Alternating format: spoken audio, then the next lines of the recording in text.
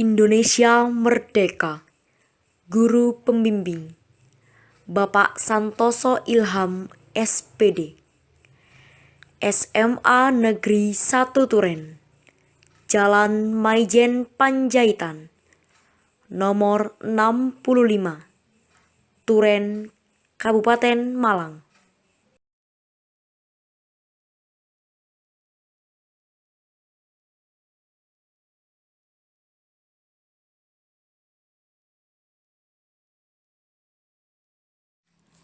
Nama anggota kelompok 1: Bagus Andi Eka Pratama, Elis Dwi Wulandari, Elsa Maulida Rahma, Elvina Hubbil Mawaddah.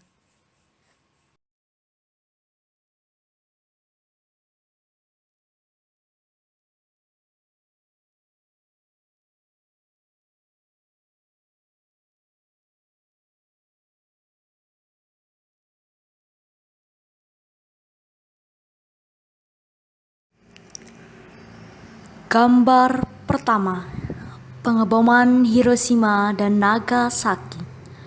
Gambar kedua, pembacaan teks proklamasi oleh Insinyur Soekarno. Gambar ketiga, peta daerah Kawedanan Rengas Dengklok. Gambar keempat, rumah Laksamana Maeda. Gambar kelima, diskusi di Kawedanan Rengas Dengklok.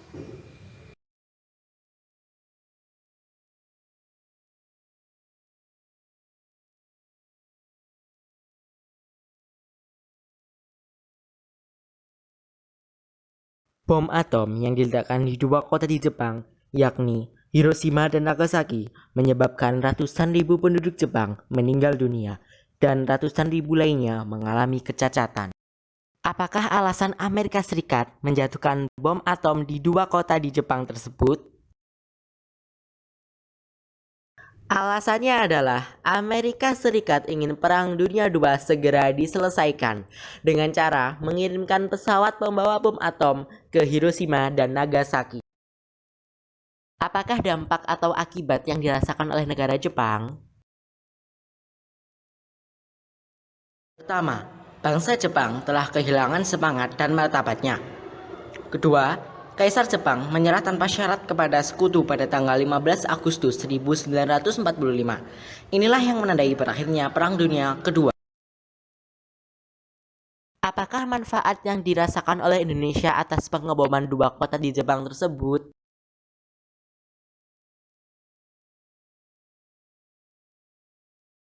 Manfaat yang diperoleh Indonesia adalah Komando Tentara Jepang Wilayah Selatan pada bulan Juli 1945 menyepakati dan akan memberikan kemerdekaan Indonesia tanggal 7 September 1945. Hal ini dapat disimpulkan bahwa negara Jepang akan segera memberikan kemerdekaan kepada Indonesia. Setelah kesepakatan antara Jepang dan Indonesia, akhirnya dibentuklah Komite Kemerdekaan Indonesia atau PPKI. PPKI dibentuk pada tanggal 17 Agustus 1945. PPKI diketuai oleh Insinyur Soekarno dan diwakili oleh Dr. Andes Muhammad Hatta. Anggota PPKI berjumlah 21 orang. Perwakilan dari Jawa terdapat 12 orang. Perwakilan dari Sumatera terdapat 3 orang. Perwakilan dari Sulawesi terdapat 2 orang. Perwakilan dari Kalimantan, Sunda Kecil, Maluku, dan penduduk Cina masing-masing terdapat 1 orang.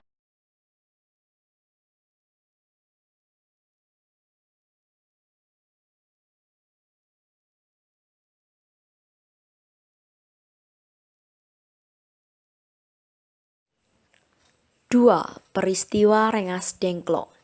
Pada tanggal 15 Agustus 1945, bagi Jepang merupakan titik akhir nyali mereka dalam melanjutkan Perang Dunia Kedua. Sedangkan bagi bangsa Indonesia merupakan kesempatan baik untuk mempercepat proklamasi kemerdekaan.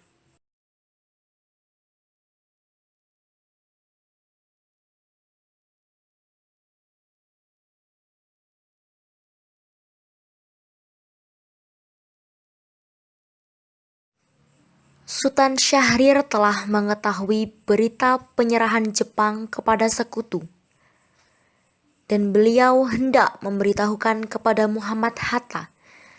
Tetapi Muhammad Hatta tidak bersedia menyatakan kemerdekaan dan akan membicarakan bersama Insinyur Soekarno.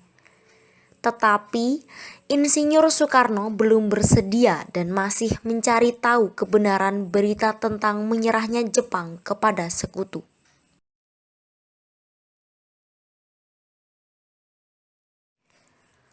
Mengapa Insinyur Soekarno dan Muhammad Hatta menolak segera memproklamasikan kemerdekaan Indonesia?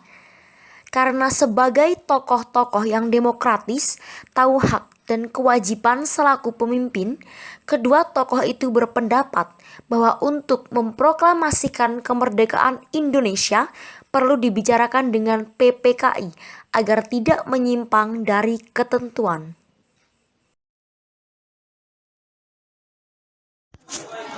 Para pemuda malam itu sekitar pukul 24.00 tanggal 15 Agustus mengadakan pertemuan di Jalan Cikini 71 Jakarta.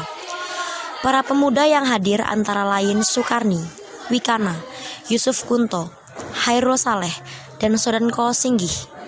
Mereka sepakat untuk membawa Soekarno dan Muhammad Hatta keluar kota.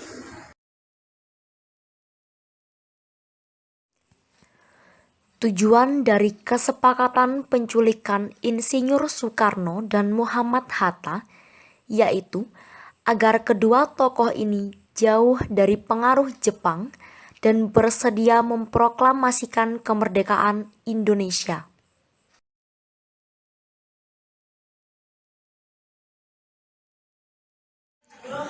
Alasan dipilihnya daerah Kawedanan Rengas Dengklok karena daerah itu terpencil, yaitu 15 km dari Gedung Gede, Karawang.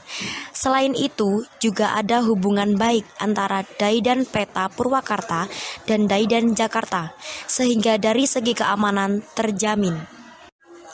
Sehari di Rengas Dengklok, para pemuda ternyata gagal memaksa Soekarno untuk menyatakan kemerdekaan Indonesia. Namun, ada gelagat yang ditangkap oleh Singgih bahwa Soekarno bersedia memproklamasikan kemerdekaan Indonesia kalau sudah kembali ke Jakarta. Melihat tanda-tanda bahwa Soekarno bersedia memproklamasikan kemerdekaan Indonesia, maka sekitar pukul 10.00 bendera merah putih dikibarkan di halaman Kawedanan Rengas Dengklok. Pada tanggal 16 Agustus 1945, seharusnya diadakan pertemuan PPKI, tapi Soekarno dan Muhammad Hatta tidak ada di tempat. Ahmad Soebardjo segera mencari kedua tokoh tersebut. Akhirnya, setelah terjadi kesepakatan dengan Wikana, Ahmad Soebardjo ditunjukkan dan diantarkan ke Rengas Dengklok oleh Yusuf Kunto.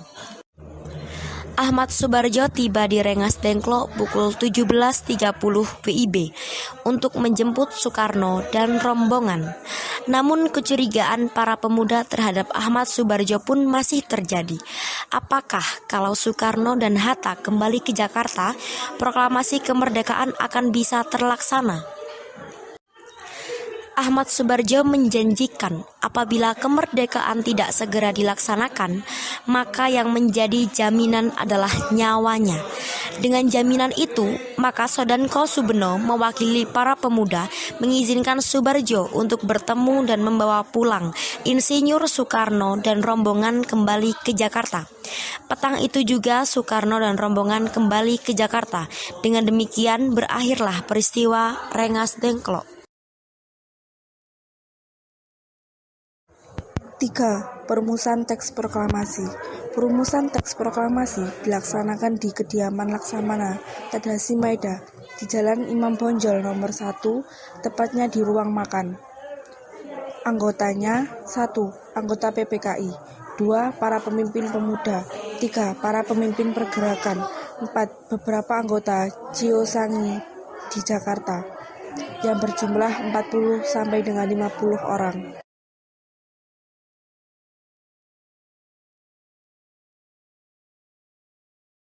Usulan teks proklamasi oleh 1. Ahmad Subarjo yang berisi "Kami bangsa Indonesia dengan ini menyatakan kemerdekaan Indonesia". 2. Muhammad Hatta yang isinya hal-hal yang mengenai pemindahan kekuasaan dan lain-lain diselenggarakan dengan cara seksama dan dalam tempo yang sesingkat-singkatnya.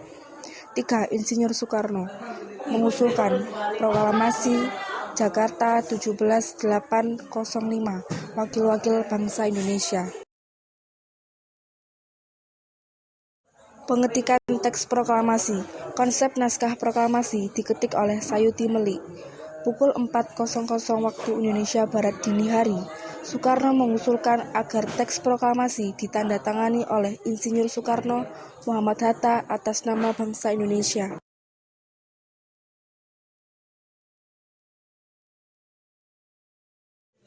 4. Proklamasi berkumandang pada tanggal 17 Agustus 1945. Hal pertama yang dilakukan adalah persiapan peralatan seperti mikrofon, tiang bendera, dan bendera merah putih yang dijahit oleh Ibu Fatmawati atau biasa dikenal bendera pusaka. Kegiatan selanjutnya pembacaan teks proklamasi oleh Insinyur Soekarno pada pukul 10.00 waktu Indonesia Barat di Rumah Soekarno, Jalan Pegangsaan Timur nomor 56, Jakarta. Kegiatan selanjutnya pengibaran bendera merah putih yang dikibarkan oleh Latif Hendraningrat, S. Suhud, dan S.K. Trimurti diiringi menyanyikan lagu Indonesia Raya. Selanjutnya, sambutan oleh Wali Kota Suwiryo dan Dr. Muwardi.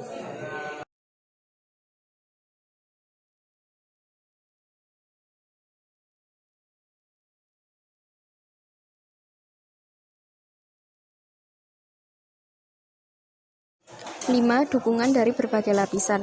Pada 22 Agustus, Jepang menyerah kepada Sekutu. September 1945, proklamasi dilakukan di wilayah-wilayah terpencil. Pada era revolusi, pengambil alihan kekuasaan oleh pemuda seperti stasiun kereta api, sistem listrik, stasiun pemancar radio, dan instalasi-instalasi penting.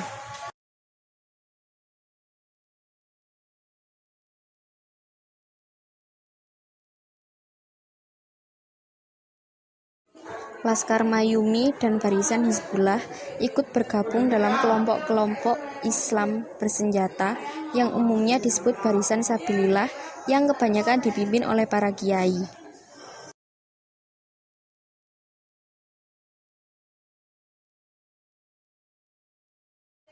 Proklamasi kemerdekaan disebarluaskan melalui radio.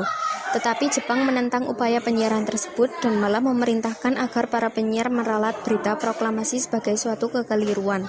Tetapi, para penyiar tetap tidak mau memenuhi seruan pihak Jepang. Oleh karena itu, pada tanggal 20 Agustus 1945, pemancarnya disegel dan para pegawainya dilarang masuk.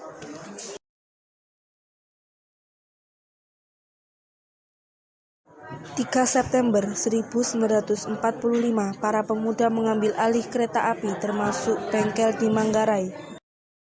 5 September 1945, gudang radio Jakarta dapat dikuasai. 11 September 1945, seluruh jawatan radio berhasil dikuasai oleh Republik. 19 September 1945, rapat raksasa di lapangan Ikada atau rapat memperingati sebulan kemerdekaan Indonesia. 8 September 1945, rakyat dari berbagai penjuru dengan tertib berdatangan ke lapangan Ikada untuk mengisi kemerdekaan dikarenakan pasukan sekutu di bawah pimpinan Mayor Geon Hauck. 19 Agustus 1945, Sultan Hamengkubuwono IX dan Pakuwu VIII memberi selamat atas terpilihnya Insinyur Soekarno dan Muhammad Hatta sebagai Presiden dan Wakil Presiden untuk menganut kemerdekaan Republik Indonesia dan siap membantu mereka. 5 September 1945, Sri Sultan Hamengkubuwono IX dan Paku Alam VIII mengeluarkan amanat A. Negeri Ngayogyakarta Hadiningrat bersifat kerajaan dan merupakan daerah istimewa dari negara Indonesia. B. Sri Sultan sebagai kepala daerah dan memegang kekuasaan atas negeri Ngayogyakarta Hadiningrat. C. Hubungan antara negeri Ngayogyakarta Hadiningrat dengan pemerintah pusat negara RI bersifat langsung. Sultan selaku kepala daerah istimewa bertanggung jawab kepada Presiden.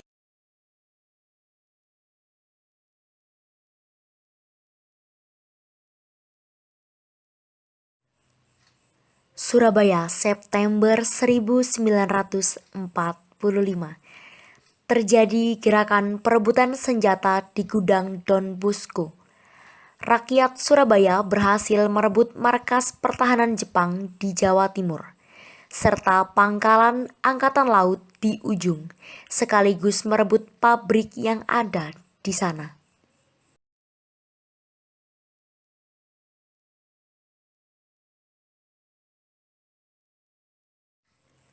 19 September 1945. Plukman dibantu kawan-kawannya mengibarkan bendera merah, putih, biru di atas Hotel Yamato. Presiden Sudirman segera memperingatkan agar bendera tersebut diturunkan, tetapi tidak mendapatkan tanggapan. Pemuda Surabaya marah dan menyerbu Hotel Yamato, lalu merobek bagian warna biru dan dikibarkan kembali sebagai bendera merah putih.